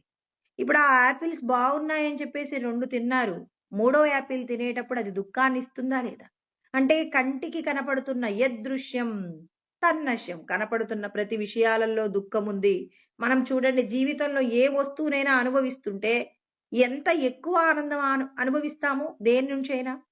ఇప్పుడు నేను ఏం చేశాను, ఇడ్లీ వండుకున్నానండి. ఇడ్లీ వండుకోవడానికి నేను ఎంత శ్రమ పడవలసి ఉంటుంది. ఇంత శ్రమ నేను తినేటప్పుడు ఒక 10 నిమిషాల పాటు ఇడ్లీ తింటున్నానని చెప్పేసి కాస్త అనుభవిస్తాం సుఖాన్ని. ఎంత సుఖం అనుభవించారు? మీరు కష్టపడినటువంటి కష్టం కంటే మీరు ఇడ్లీ తింటున్నప్పుడు పొందిన ఆనందం ఎక్కువగా ఉందా? బిందు మాత్రేన సుఖం దుఃఖం పర్వతమేవచ అంటున్నారు. బిందు అంత సుఖం కోసం పర్వతం అంత దుఃఖాన్ని తెచ్చుకుంటాం. ఒక ఖరీదైనటువంటి కారు కొనుక్కోవడానికి ఎన్ని రోజుల పాటు మనం డబ్బు సంపాదించడంలో, మరి ఎన్ని రకాల విషయాలలో త్యాగాలు చేశాం. కొన్ని పండుగలు చేసుకోలేదు, కొన్ని రకాలైనటువంటి ఫంక్షన్లకు వెళ్ళలేదు, తర్వాత తీర్థయాత్రలకు వెళ్ళలేదు. కారు కొనుక్కోవాలి, చక్కటి కారు కొనుక్కోవాలంటే మరి జరిగేటటువంటి డబ్బుతో జరిగే వ్యవహారాలన్నీ వాయిదా వేసుకొని మనం ఏం చేసాం, చక్కటి కారు కొనుక్కో. ఇలా దేహ సంబంధమైన విషయాలలో మీరు అనుభవించే సుఖం ఎక్కువగా ఉందా, దుఃఖం ఎక్కువగా ఉందా? విచారణ చెయ్యండి. విచారణ లేకుండా ఏది కూడా పొందలేరంటున్నారు రమణ మహర్షి. అందుకే వీటన్నింటికి భిన్నము. మీరు బ్రహ్మజ్ఞానాన్ని తెలుసుకుంటున్నారంటే, నేను ఒక వస్తువును చూస్తున్నాను, ఈ వస్తువు నుంచి గ్రహిస్తున్నాను. ఏం గ్రహిస్తావు? సత్య వస్తువును గ్రహించటమే బ్రహ్మజ్ఞానం అంటారు రమణ. కృష్ణ పరమాత్మ కూడా అదే చెప్తారు. ఈ దేహమునందుకు కంటికి కనపడుతున్న నామరూపాలను చూసి పలానావాడు మంచివాడు, పలానావాడు చెడ్డవాడు అంటున్నారు కదా.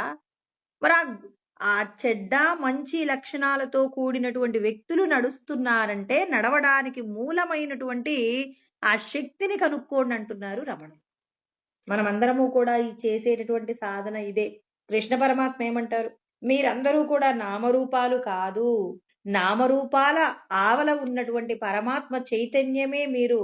మిమ్మల్ని మీరు తెలుసుకునే ప్రయత్నం చెయ్యమని మనందరికీ కూడా మరి కృష్ణ పరమాత్మ మనకి ఇటువంటి జ్ఞాన బోధ చేస్తూ ఉన్నారు. నీ లోపట ఉన్నటువంటి సత్య ఆత్మని నువ్వు తెలుసుకునేంత వరకు కూడా విశ్రాంతిని పొందకు అంటున్నారు. అందుకే వశిష్ఠుడు చెప్తారనమాట, మీరందరూ కూడా సంతోషంగా ఉండే ప్రయత్నం చేయాలి. సంతోష అంటే సంతోషోహి అంటే సంతోషం అనేది ఎక్కడి నుంచి వస్తుంది అంటే, మీరు విచారణ ద్వారా నశించిపోయేటటువంటి వస్తువుల మీద ఉన్నటువంటి ఆ ప్రేమను తగ్గించుకుంటూ ఉన్నారనుకోండి, ఆ తగ్గించుకున్నటువంటి ప్రేమ ఏమవుతుంది అంటే మీకు ఆత్మసుఖాన్ని ప్రసాదిస్తుంది. ఆత్మసుఖాన్ని ప్రసాదించడంలో ఇక్కడ వశిష్ఠుడు ఒక మాట చెప్తారండి. సంతోషోహి అంటే సంతోషం అనేది పరమశ్రేయ, చాలా గొప్పదైనటువంటి శ్రేయస్సును మనకు ఇస్తుందట. తర్వాత సంతోష సుఖముచ్యతే అంటారు. అంటే ఈ సంతోషం మనకి ఏమిస్తుంది? సుఖాన్ని ఇస్తుంది, పరమ శ్రేయస్సుని ఇస్తుంది, ఎంత అనుభవించినా తరిగిపోనటువంటి ఆనందాన్ని ఇస్తుంది అంటున్నారు. ఇంకా సంతో సంతుష్ట అంటే సంతోషము అనేది. సంతుష్టి అంటే ఉన్నదానితో తృప్తిగా ఉండడాన్నే సంతోషము అంటారనమాట. అందుకే మనందరికీ కూడా చెప్తున్నారు. ఈ సంతుష్ట పరమభ్యేతి. ఈ సంతోషం అనేది ఏమిస్తుంది అంటే విశ్రాంతమ అరిసూదన అంటారు. అరిసూదన అంటే ఇక్కడ శ్రీరామచంద్రుణ్ణి వశిష్ఠుడు ఏమని పిలిచారంటే శత్రువులను తపింపచేయువాడా అంటారు. ఇక్కడ కృష్ణ పరమాత్మను కూడా అర్జునుడు ఒకసారి అంటారనమాట. అంటే కృష్ణ పరమాత్మ ఎక్కడ క్యారెక్టర్లు మారినా కృష్ణుడికి ఉన్న పేరు మాత్రం ఒకటేనండి. ఇక్కడ శిష్యుడిగా జ్ఞానం వింటున్నాడు శ్రీరామచంద్రుడు. అక్కడ శ్రీరామచంద్రుని ఏమంటున్నారు వశిష్ఠుడు అరిసూదన శత్రువులను తపింపచేయువాడా. ఇక్కడ అర్జునుడు కూడా అంటూ ఉన్నారు. ఏమంటారంటే కథం భీక్ష్మమహం సంఖ్యే ద్రోణంచ మధుసూదన ఇషుభి ప్రత్యోత్స్యామి పూజార్హ అరిసూదన అంటారు. శత్రువులను తపింపచేయువాడా అంటారు. 2వ అధ్యాయంలో మనకు అర్జునుడు మాట్లాడే మాట 4వ శ్లోకంలో చెప్తారు. ఎలా పూజించడానికి అర్హత ఉన్నటువంటి గురువులందరినీ కూడా మరి బాణములతో ఎలా ఇబ్బంది పెడతాం? నీకు తెలీదా శత్రువులను తపింపచేయువాడా అని చెప్పేసి తనకు దేహ సంబంధమైన విషయాల మీద ఉన్నటువంటి ప్రేమ చేత ఇక్కడ అర్జునుడు మాట్లాడతాడు. అంటే కృష్ణుడి గురించినటువంటి గొప్పతనాన్ని చెప్తారనమాట. హరిసూదన అంటే శత్రువులను చేయువాడా అని చెప్పేసి అంటారు. ఇక్కడ వశిష్ఠుడు కూడా చెప్తున్నారు. మీరందరూ కూడా ఏం తెలుసుకోవాలి? సంతోషం అనేది పరమ శ్రేయస్సుని ఇస్తుంది, సుఖాన్ని ఇస్తుంది, విశ్రాంతి ఇస్తుంది.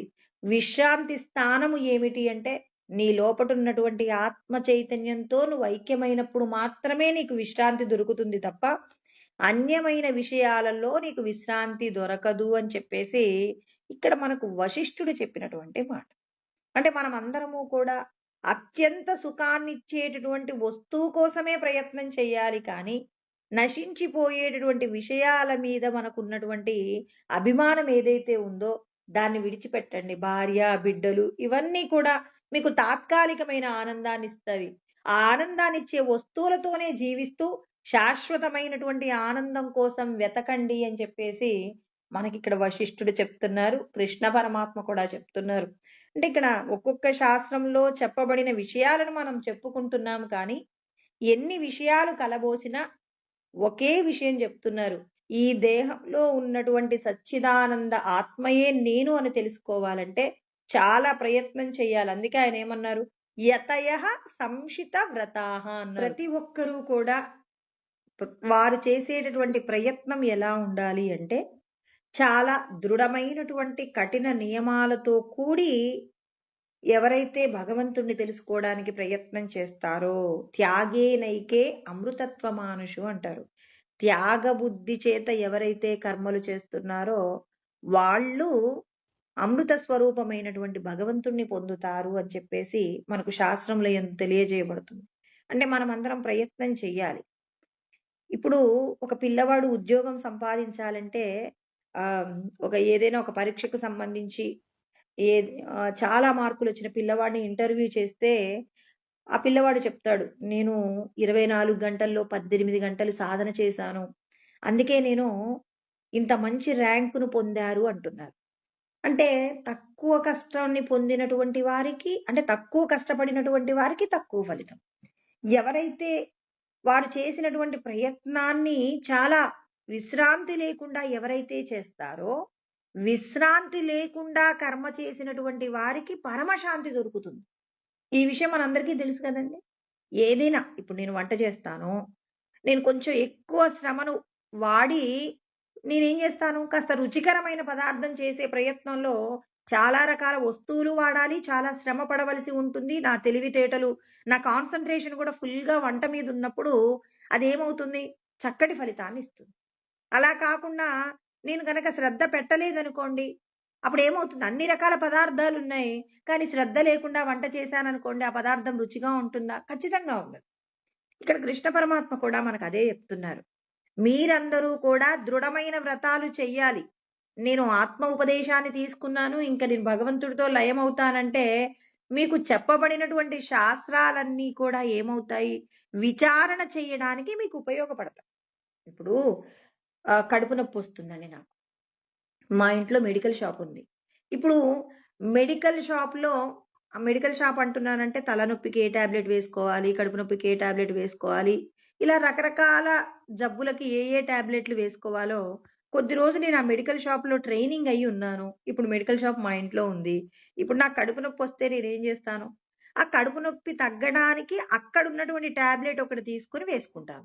ఏదో ఒకటి వేసుకుంటే వచ్చినటువంటి సమస్యకు ఈ రెట్టింపు సమస్య వస్తుంది. అప్పుడు నేనేం జేస్తాను, నాకున్నటువంటి పరిజ్ఞానం కడుపు నొప్పికి ఈ టాబ్లెట్ వేసుకోవచ్చు. డాక్టర్ గారు సలహా ఇచ్చారు. మీకెప్పుడైనా కడుపులో నొప్పిగా ఉంటే ఈ టాబ్లెట్ అప్పటికప్పుడు వేసుకోవచ్చు. త్వరలోనే ఉపశమనం వస్తుంది. మళ్ళీ ఒకవేళ నొప్పి ఎక్కువగా ఉంటే డాక్టర్‌ని సంప్రదించండి అని జెప్పేసి డాక్టర్ గారిచ్చినటువంటి ప్రిస్క్రిప్షన్ ఆధారంగా మనం ఏం జేస్తాం అప్పటికప్పుడు తలనొప్పికి గానీ, జ్వరానికి గానీ ఏం జేస్తాం టాబ్లెట్‌లు తీసుకుంటాం.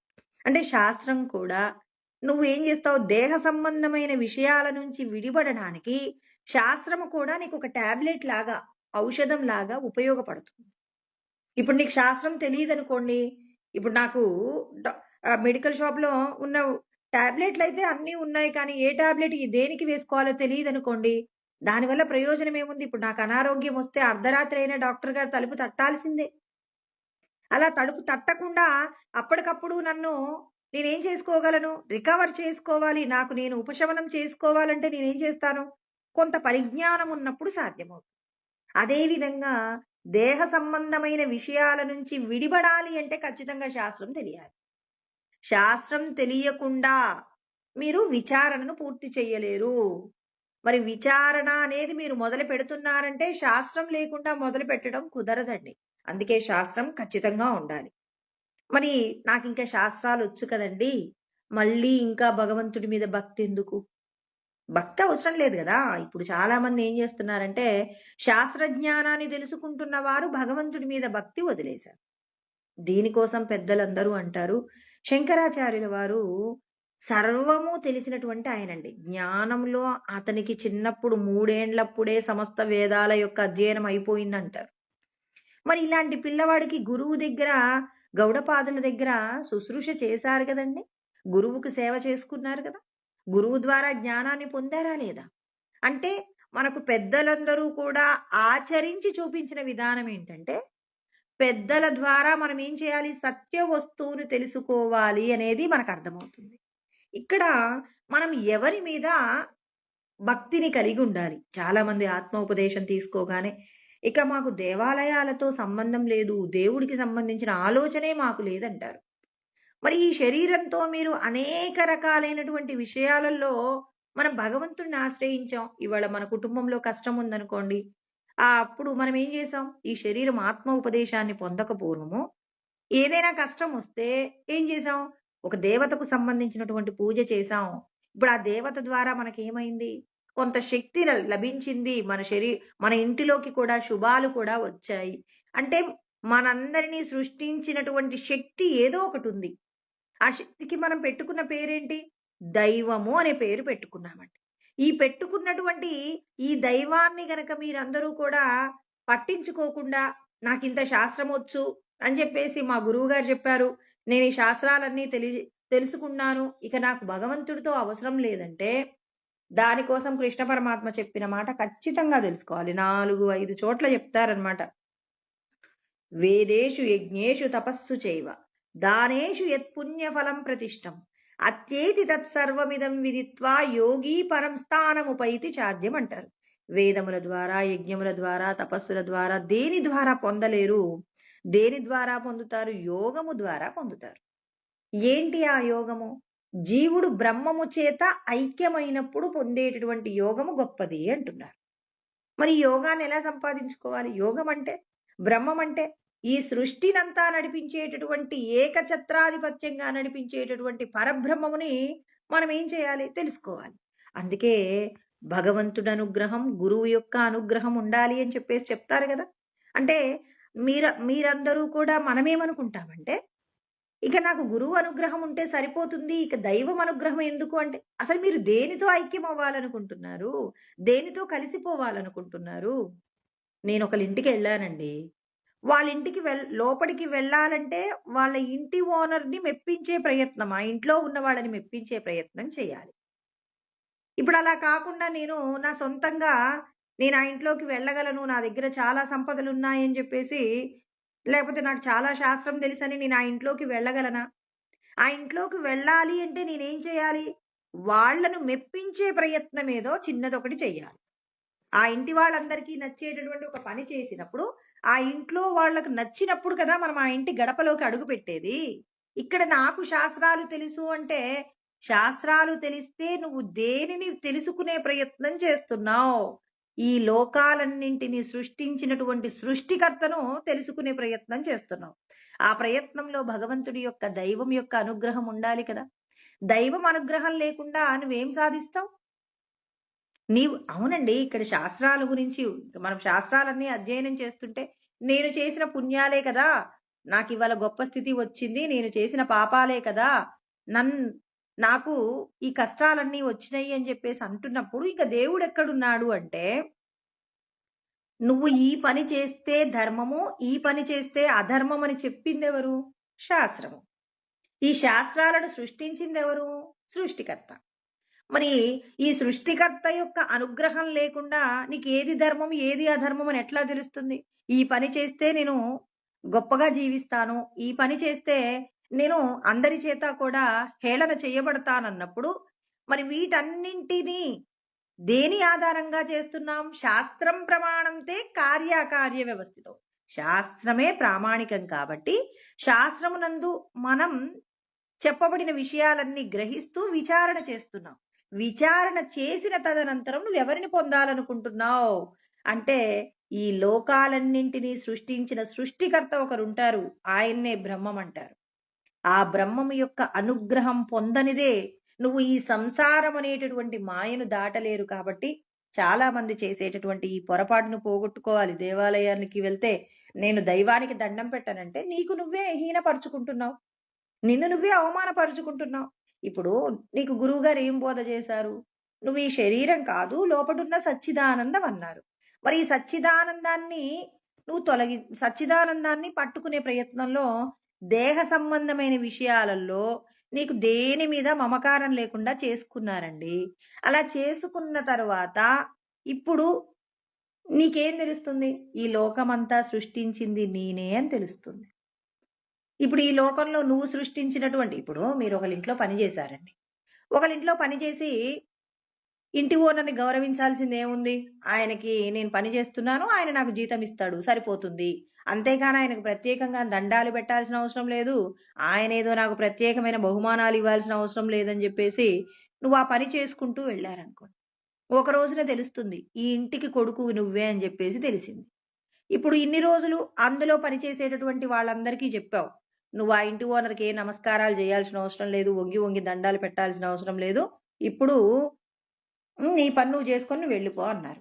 ఇప్పుడు కొద్ది రోజులకి నువ్వేం చేసావు? నీకు తెలియకుండా జరిగినటువంటిది ఏంటి అంటే, నువ్వు ఆ ఇంటికి సంబంధించిన వారసుడివి. నువ్వు ఆ ఇంటికి కొడుకువి అని తెలిసింది.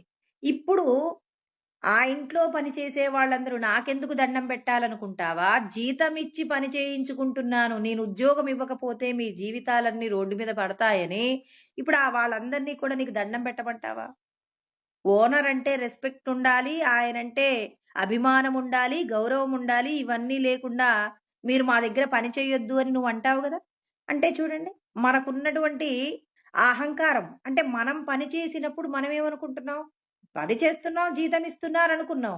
ఎప్పుడైతే నువ్వు ఆ స్థాయి వదిలిపెట్టి పై స్థాయికి వెళ్ళావో, వెళ్ళిన తర్వాత నేనిస్తే మీరందరూ బతుకుతున్నారన్నప్పుడు, మీరందరూ వాళ్ళందరూ మిమ్మల్ని గౌరవించాలని మీరెందుకు కోరుకుంటారు?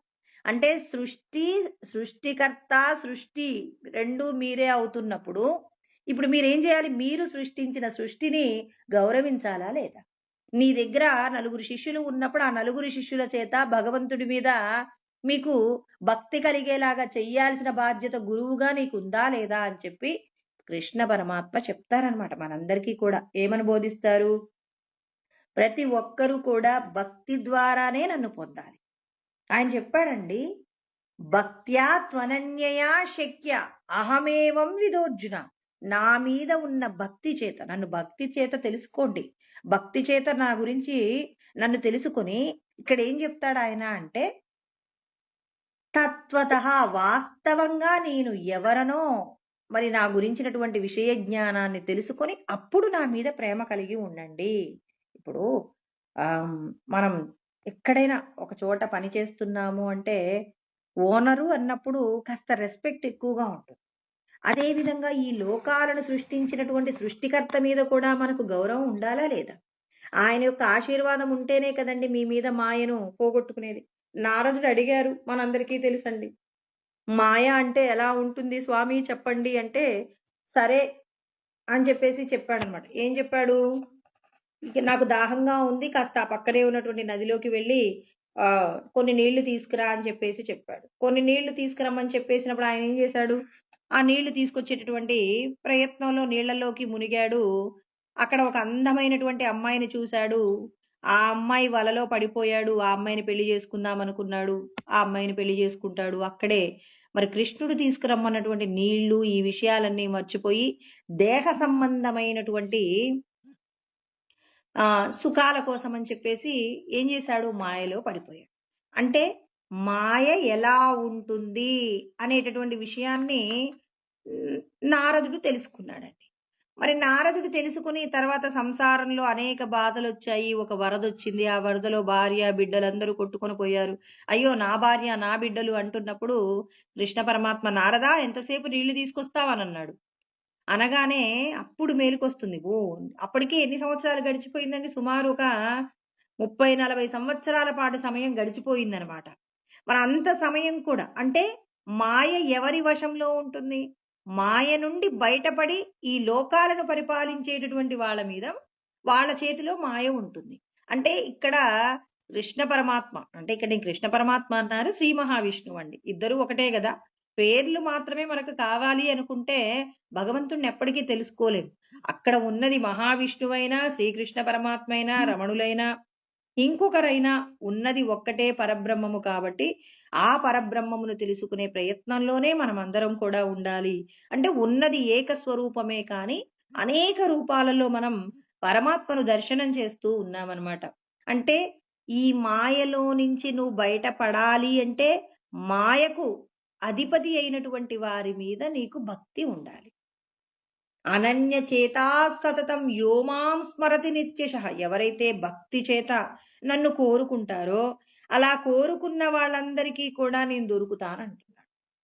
అంతేగాని పంపకం లేనటువంటి భక్తి లేకపోతే మాత్రం అంటే భార్యా బిడ్డలు ఎక్కువ లేకపోతే భార్యా బిడ్డలలో ఉండి మనందరినీ నడిపిస్తున్నటువంటి ఈశ్వర చైతన్యం గొప్పదా అంటే నాకు ఈశ్వరుడే కావాలి అన్న వాళ్ళందరూ భగవంతుడితో లయమై వాళ్లే భగవత్ సంబంధమైన సృష్టికర్త లయకర్త కూడా మారిపోతున్నారు. అంటే మన యొక్క సృష్టిని మనం గౌరవించుకోవాలి అంటున్నారు. ఇక్కడ మరి కృష్ణ పరమాత్మ మనందరికీ కూడా ఇటువంటి జ్ఞానబోధ చేస్తూ ఉన్నారనమాట. అంటే ఇక్కడ మీరందరూ కూడా భగవంతుడి మీద భక్తి కలిగి ఉండాలి. పంపకం లేనటువంటి భక్తి ఉండకపోతే మీరు నన్ను పొందలేరు. భక్త్యా త్వనన్యయా శక్య అహమేవం విదోర్జున. అంటే భక్తి ద్వారా మాత్రమే మీరు నన్ను తెలుసుకోగలుగుతారు కానీ వేరొక విషయము ద్వారా తెలుసుకోలేరు. న వేద యజ్ఞాధ్యయనైర్న దానైన చ క్రియాభిర్న తపోభిరుగ్రైః ఏవం రూపశక్య అహం నృలోకే ద్రష్టుం త్వదన్యేన కురు ప్రవీర అని 11వ అధ్యాయంలో కృష్ణ పరమాత్మ మాట్లాడతారనమాట. ఏమంటారు? ఆయన వేదముల ద్వారా, యజ్ఞముల ద్వారా, దానముల ద్వారా, తపస్సుల ద్వారా దేని ద్వారా తెలుసుకోలేరు. భక్తి ద్వారా మాత్రమే తెలుసుకుంటారు. మీరందరూ నేను చెప్పినటువంటి ధర్మాన్ని ఎవరైతే ఆచరిస్తారో ఆచరించినటువంటి వారి మీద ఉన్న మాయను నేను పక్కకు జరుపుతాను. అంటే భగవంతుడు ఈ లోకాలు మనకు ఆత్మజ్ఞానం తెలిసినంత మాత్రాన మరి భగవంతుడి యొక్క గ్రిప్పు లేకుండా పోయిందా అండి? ఆ భగవంతుడి యొక్క నియతిలోనే కదా ఈ లోకాలన్నీ బతుకుతున్నాయి. ఈ నియతి తప్పిన వాళ్ళందరికీ శిక్షలు పడుతుంటే ఈ లోకంలో మనం చూస్తున్నామా లేదా? అంటే నియతి తప్పిన వారికి శిక్ష పడుతుంది అంటే శిక్షను అమలు చేసే వాళ్ళు ఒకరు ఉన్నారు కదా. మరి వాళ్ళ అనుగ్రహం పొందకుండానే మీరు పరమాత్మను ఎలా చేరుకుంటారు? ఈ జీవుణ్ణి బ్రహ్మంలో ఐక్యం చేయించాలంటే పరమాత్మ ఏం చెప్తున్నారు? మీరందరూ కూడా దృఢమైన వ్రతాలు చెయ్యాలి. ఎవరిని పొందడానికి? అసలు ఎవరిని పొందడానికో తెలియకుండా నేను సాధన చేస్తాను అంటే కుదరదు. ఇక్కడ మనకి ఏదో ఒకలా పిల్లవాడు కష్టపడి చదువుతున్నాడు. ఎందుకు చదువుతున్నావు? నేను ర్యాంక్ కొట్టడానికి చదువుతున్నానంటాడు. ఇంకొక వ్యక్తి పరిగెడుతున్నాడు. ఎందుకు పరిగెడుతున్నావు? పనేం లేదా అంటే, లేదు. రేపు జరగబోయేటటువంటి రన్నింగ్ కాంపిటీషన్‌లో నేను చాంపియన్ అవ్వాలనుకుంటున్నాను. ఇది నా లక్ష్యం అంటారు. ఇప్పుడు మనం కూడా ఈ దేహం మీద ఉన్నటువంటి మాయను పోగొట్టుకొని పరబ్రహ్మము చేత ఐక్యం కావడానికి మనమందరం ప్రయత్నం చేస్తున్నాం. ఈ ప్రయత్నంలో సృష్టికర్త మీద భక్తి లేకుండా నేను భగవంతుణ్ణి చేరుకుంటానంటే అది కేవలం మీరు మాటలతో సంతోషపడవచ్చేమో కానీ ఈ జన్మ పరంపరలో మీరు చేసిన ప్రతి కర్మ కూడా జ్ఞానమనే అగ్నిలో కాల్చబడాలి అంటే జ్ఞానాగ్నికి మూలకర్త అయినటువంటి పరమేశ్వరుడి మీద మీ భక్తి ఉండాలి. ఆ భక్తి ఉన్నప్పుడే సాధ్యమవుతుంది. భక్తి లేకుండా ముక్తి ఎక్కడదండి? ఎక్కడైనా శాస్త్రంలో ఉందేమో చూపించండి. తాత్కాలికంగా కొంతమంది వ్యక్తులు రాసినటువంటి మాటలలో ముక్తిని చూపిస్తారు కానీ, ఆ మాటల చేత ముక్తి పొందిన వాళ్ళు ఎవరుంటారు? అంతటా బ్రహ్మమును చూడడం అంటే అణువులో కూడా ఎలా ఉండాలి? పరమాత్మ యొక్క స్వరూపాన్ని దర్శనం చెయ్యాలి. ఒక చీమ మన శరీరం మీద వెళుతుంటే ఆ పరబ్రహ్మమును ఎంతో జాగ్రత్తగా తీసి పక్కకు పెట్టగలగాలి. చీమ కుట్టింది అని చెప్పేసి చేయితో కొట్టేసి దాన్ని చంపేసి మనం చేశామనుకోండి, పరబ్రహ్మము నువ్వెక్కడ గౌరవించావు? పరమాచార్యులు వారు నిరూపించారండి. ఆయన ధ్యానమగ్నుడై ఉన్నప్పుడు చెట్టు పక్కన ఆనుకొని ఉన్నప్పుడు చెదల పురుగులు ఆ శరీరం మీద పడిపోతే ఆయన స్పృహలోకి వచ్చిన తర్వాత శిష్యులందరూ కూడా, స్వామి మీ శరీరం మీద చెదపురుగులున్నాయి అంటే పట్టుకారు తీసుకొచ్చి ఒక్కొక్క పురుగు ఏ పురుగు కూడా చావకుండా జాగ్రత్తగా వాటన్నింటినీ తీయండి అన్నప్పుడు ఆ తీసేటప్పుడు ఎంత నొప్పిగా ఉంటుంది. ఆయన సమాధిలోకి వెళ్ళినప్పుడు బాహ్య స్మృతి తెలియదేమో, కానీ బయటకు వచ్చిన తర్వాత ఆ పురుగుల యొక్క వేదన అవి కరుస్తుంటే వాటి యొక్క బాధ తెలుస్తుంది కదండి. తెలిసినా ఓర్చుకున్నాడు. ఆ పురుగులో ఉన్నటువంటి పరబ్రహ్మమును దర్శనం చేసిన వారు వాళ్ళు ఇలా ఉంటారు. నిజంగా ముక్త స్థితి అంటే అదండి. అంతేగాని మనం కొంత జ్ఞానం తెలిసి నేను బ్రహ్మమైపోయానంటే మాటలల్లో అయిపోయావు. వాచ్యార్థంగా నువ్వు బ్రహ్మమే, కానీ లక్ష్యార్థంగా నీ లక్ష్యాన్ని ఛేదించినప్పుడు కదండి నువ్వు భగవంతుణ్ణి తెలుసుకునేది అని చెప్పేసి ఇక్కడ ఆయన అంటున్నారు. మీరు చాలా మూల్యం చెల్లించాలి. నేను చెప్పిన నియమాలన్నీ పాటించాలి. నియమాలు పాటించకుండా మీరు నన్ను పొందలేరు. నియమాలన్నీ ఉండాలి. అందుకే ఆయన ఏమన్నారు? మీ ద్రవ్యాన్ని దాన ధర్మాల రూపంలో ఖర్చు చేయాలి. మీ శరీరము, మనస్సు, వాక్కు ధర్మంతో కూడినటువంటి జీవన విధానం గడపాలి. 10 మందికి ఉపకారం చేసే ప్రయత్నంగానే మీ శరీరంలో ఉన్న ప్రతి అణువణువు స్పందించాలి. తర్వాత యమ, నియమ, ఆసన, ప్రాణాయామ, ప్రత్యాహార, ధారణ, ధ్యాన, సమాధి అనేటటువంటి స్థితి, అంటే సమాధి స్థితిలో పూర్ణంగా మనం పరమాత్మతో లయమయ్యేటటువంటి స్థితి వచ్చేంత వరకు ఈ దేహ సంబంధమైనటువంటి నియమాలన్నీ పాటించాలి. సత్యమును పాటించవలసి ఉంటుంది. అసత్యాన్ని విడిచిపెట్టాలి. హింస లేకుండా జీవించాలి. ఈశ్వరుడికి మనం నిరంతరము కూడా సేవ చేస్తూ ఉండాలి. తర్వాత ఇంకా ఆయన శౌచాన్ని పాటించాలి. దేహము చేత, మనస్సు, వాక్కులో శౌచం ఉండాలి అని చెప్పేసి చెప్పారు. దొంగతనం చేయకూడదు అన్నారు. ఇతరుల వస్తువులను మనం తీసుకోకూడదు అన్నారు. ఈ ఒక్కొక్క నియమాన్ని ఒక్కొక్క విధంగా జాగ్రత్తగా పాటించినప్పుడే, ఇన్ని నియమాలు పాటించాలంటే ఎంత మూల్యం చెల్లించడమో. ఒక పిల్లవాడు పరీక్ష పాస్ అవ్వాలి అంటే వాడు ఎన్ని గంటలు కష్టపడి చదువుతాడో ఆ కష్టానికి తగిన ఫలితం వస్తుంది. మీరు కూడా ఎన్ని కష్టాలు వచ్చినా ఎవరైతే శ్రమకు ఓర్చుకుని పనిచేస్తారో వారికి మాత్రమే భగవంతుడు దొరుకుతారు. ఎవ్వరి దగ్గర నుంచి ఏ ఫలితాన్ని కోరకుండా మీరు చేసే కర్మలన్నీ నిస్వార్థంగా ఈశ్వరార్పణ బుద్ధితో కర్మ చేసేలాగా ప్రతి ఒక్కరూ ఉండాలి. మీ గురించి మీరు తెలుసుకోండి, నేను బ్రహ్మమే కానీ ఈ శరీరం కాదని. నేను మాట్లాడుతున్నానంటే ఈశ్వర శక్తి, నేను వింటున్నానంటే ఈశ్వర శక్తి, నేను చూస్తున్నానంటే ఈశ్వర శక్తి అని ఈశ్వరుడి యొక్క శక్తిని ప్రతి క్షణం గుర్తు పెట్టుకుంటూ, ఈశ్వరుడు నా నుంచి శక్తి ఎప్పుడు తీసేస్తాడు? ఆయన చెప్పిన నియతి తప్పితే తీసేస్తాడు. కాబట్టి ఈశ్వరుడు చెప్పినట్టుగా ధర్మంగా జీవించాలని, నాలుకతో సత్యమే మాట్లాడాలి, తీసుకునే ఆహారం యందు నియమం పాటించాలి.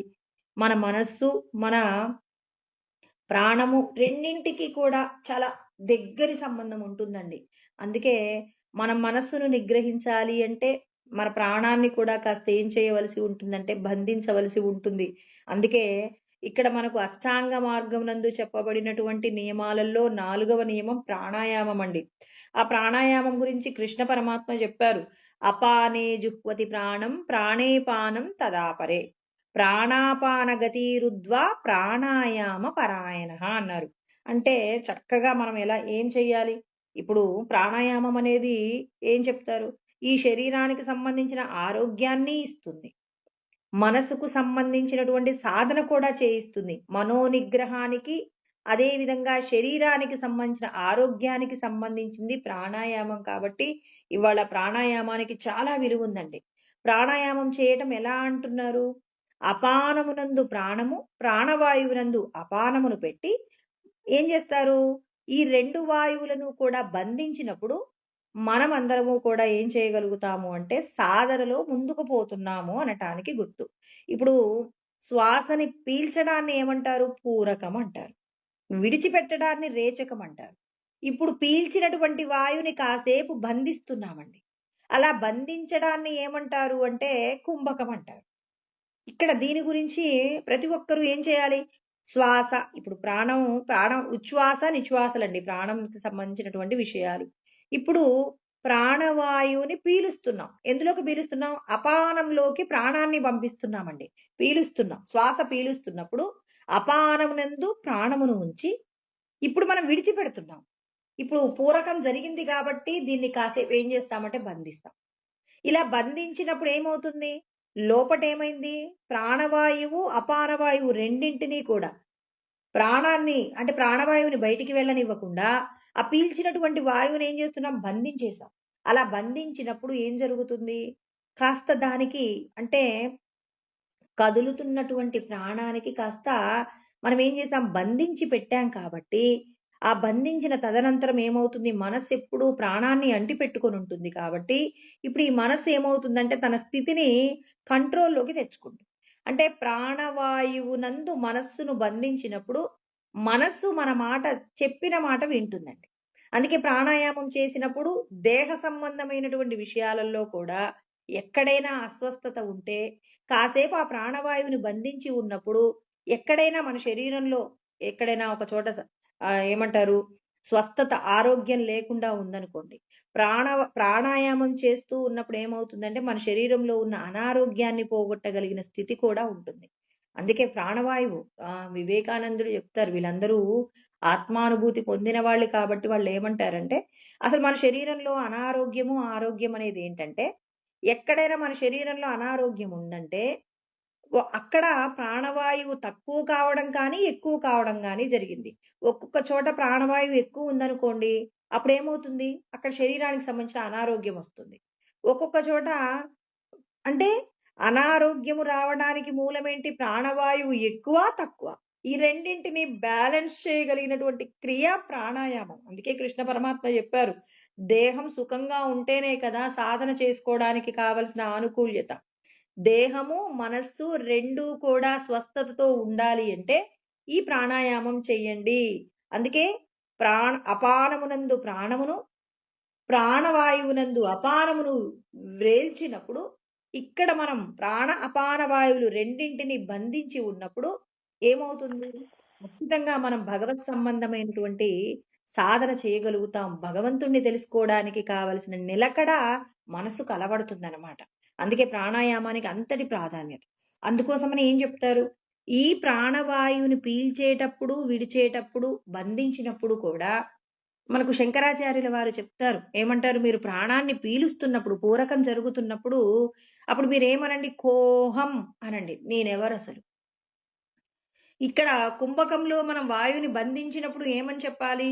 సోహం అంటే నేను బ్రహ్మస్వరూపమే కానీ, ఈ దేహము నేను కాదు అని చెప్పేసి, ఆ బంధించినప్పుడు మంత్రం ఉండాలి. మంత్రము లేకుండా చేసినటువంటి స్మరణ కేవలం ఆరోగ్యాన్ని ఇస్తుందండి ఇప్పుడు. ఇప్పుడు ప్రాణాయామం చేయడం వల్ల భగవత్ స్మరణ లేనప్పుడు శరీరానికి ఆరోగ్యాన్ని ఇస్తుంది కానీ, నువ్వు ఈ శరీర బంధనంలో నుంచి విడిపడాలి అంటే మాత్రం నీ మనసు లోపట ఏముండాలి? ఈశ్వర సంబంధమైనటువంటి ఆలోచన ఉండాలి కాబట్టి, ఇక్కడ మనం బంధించబడినప్పుడు సోహం అనాలి. విడిచిపెట్టేటప్పుడు నాహం. విడిచిపెడుతున్నాము అంటే రేచకం జరుగుతుంది. విడిచిపెట్టినప్పుడు ఏమనాలి? నాహం, నేను ఈ దేహం కాదు, పరబ్రహ్మ స్వరూపమే. ఆ! ఇక్కడ మన ఆత్మ గురించి మాట్లాడితే చాందోగ్యోపనిషత్తు చెప్తుంది. ప్రాణ సంశ్రిత మసి, అక్షితమసి అని చెప్పేసి మంత్రాలుంటాయన్నమాట. అంటే ప్రాణాన్ని ఆశ్రయించి ఉంటుందన్నమాట ఆత్మ యొక్క శక్తి. ఎప్పుడైతే మనం ఈ ప్రాణాన్ని మనం కంట్రోల్‌లో పెట్టామో, ఆ ప్రాణ అపాన వాయువుల ద్వారా ఎప్పుడైతే మనం కంట్రోల్‌లో పెట్టామో, ఇప్పుడేమవుతుంది? మరి ఈ మనస్సు రకరకాలైన విషయాల గురించినటువంటి చంచలత్వాన్ని పోగొట్టుకోవడానికి, శరీరానికి సంబంధించినటువంటి అనారోగ్యం నుంచి బయటపడడానికి ఇక్కడ ఏమవుతుంది? మనం ప్రాణము యందు ఉన్నటువంటి ఆత్మ యొక్క శక్తి మనకి కావలసినటువంటి విధంగా ఉపయోగపడుతుంది. అంటే ఈ శరీరమే నేను అనేటటువంటి భావనలో నుంచి విడిపడడానికి ప్రతి క్షణం ప్రాణములు, ప్రతి శ్వాస యందు కూడా ఈశ్వరుడి యొక్క స్మరణ ఉండాలి అని చెప్తారు. అందుకే చాలా మంది పెద్దలంటారు శ్వాస మీద ధ్యాస. శ్వాస మీద ధ్యాస అంటే ఏంటి? ఓంకారంని స్మరణ చేస్తూ ఉండాలండి. ఓం అంటున్నప్పుడు ఏమవుతుంది? శ్వాస లోపలికి వెళ్తూ, వస్తూ ఉన్నప్పుడు ఆ భగవంతుడి యొక్క శక్తి ఓంకార స్వరూపంగానే ఉంటుంది కాబట్టి, ప్రతి శ్వాసను కూడా ఓంకార స్వరూపంగా మార్చుకున్నప్పుడు మనమేమవుతాం? భగవత్ స్వరూపంగా మారిపోతాం. అందుకే కదా ఏమంటారు? ఓంకారం నుంచే కదండీ సమస్త సృష్టి కూడా వచ్చింది. ఈ సృష్టికి మూలమైనటువంటి ఓంకారాన్ని నిరంతరం మన శ్వాసలో మనం ఏం చేస్తూ ఉన్నాం? మరి పూరక కుంభకాలు, రేచకాలు చేస్తూ ఉన్నామనుకోండి. ఒక రోజున కుంభకాన్ని విడిచిపెట్టి, ఇది కూడా పూర్ణమైన సాధన కాదు. కొద్దిగా ప్రాణాన్ని కొద్దిగా పరిగెత్తేటటువంటి పిల్లవాడిని రోజు కట్టేసి ఉంచుతామా? ఎప్పుడైనా బాగా గొడవ చేసినప్పుడు మాత్రమే పిల్లవాడిని కట్టేసినట్టు, ఎప్పుడైనా మనసు బాగా అలసటగా అంటే బాగా విశ్రాంతి లేకుండా ఉన్నప్పుడు కాసేపు ప్రాణాయామం చేసినప్పుడు మనసుకు, శరీరానికి కూడా ఏమవుతుందంటే నిశ్చలత ఏర్పడుతుంది. ఆ నిశ్చలత ఏర్పడినప్పుడు శరీరానికి కావలసిన ఆరోగ్యము, మనసు కూడా ఈశ్వర సాధన చేయడంలో ఉపయోగపడుతుంది కాబట్టి, అందుకే ఏమీ తెలియకపోయినా ప్రాణాయామం చెయ్యండి. ప్రాణాయామం చేస్తే శరీరానికి సంబంధించిన స్వాంతన కలుగుతుంది. మీ మనసు ఆహ్, స్ ఏమంటారు? సత్య వస్తువుని తెలుసుకోవడానికి కావలసినటువంటి స్థితిని కూడా పొందుతుంది అని చెప్పి, ఇవాళ యోగాలో ప్రాణాయామం అనేది చాలా ప్రధానమైంది. కృష్ణ పరమాత్మ చెప్పిన విషయాన్నే వాళ్ళు పాటిస్తున్నారు తప్ప, వాళ్ళ సొంతంగా ఏది కూడా చెప్పటం లేదు. కాబట్టి ఇక్కడ కృష్ణ పరమాత్మ ప్రాణాయామం గురించి కూడా చెప్పారు. దీని తర్వాత మనకు ఆహారం గురించిన నియమాలు ఇంతకు ముందు కూడా చాలా సార్లు మనకు ఆహారానికి సంబంధించినటువంటి నియమాలు మనకు చెప్పారండి. అన్నాద్భవంతి భూతాని, సమస్త ప్రాణులన్నీ కూడా ఆహారం నుంచే పుట్టాయి అన్నారు. మరి ఈ ఆహారానికి సంబంధించినటువంటి నియమాలు కూడా పాటించాలి. ఎంత ఒక పెద్ద షాపు ఒక పెద్ద ఫ్యాక్టరీ పనిచేస్తుందనుకోండి. ఆ ఫ్యాక్టరీ పనిచేసేటప్పుడు ఏదన్నా ఒక చిన్న నట్టు కింద పడిపోయిందనుకోండి. అప్పుడు ఆ పనిచేసే ఫ్యాక్టరీ ఎలా ఆగిపోయిందో, అదే విధంగా మన దేహ సంబంధమైన విషయాలలో ముఖ్యమైన పనిముట్టు అంటే ఏదైనా ఉందా అంటే అది ఆహారమేనండి. ఎందుకంటే ప్రాణులన్నీ ఆహారంలో నుంచే పుడుతున్నాయి కాబట్టి, ఆహారాన్ని ఔషధంగా స్వీకరించాలి అంటారు శంకరాచార్యుల వారు. ఆయన చెప్తారనమాట. మీరందరూ కూడా ఆహారాన్ని ఔషధంగానే తినాలి తప్ప, ఆహారాన్ని రుచి కోసం తిన్నారు అంటే ఎన్నో రకాలైనటువంటి ఇబ్బందులు పడవలసి వస్తుందని, ఆహారానికి సంబంధించినటువంటి నియమాలు తర్వాత శ్లోకంలో చెప్తారనమాట. వాటిని మళ్ళీ రేపు తెలుసుకుందాం. ఓం సహనావవతు సహనౌ భునక్తు సహ వీర్యం కరవావహై తేజస్వినావధీతమస్తు మా విద్విషావహై. ఓం శాంతి శాంతి శాంతి.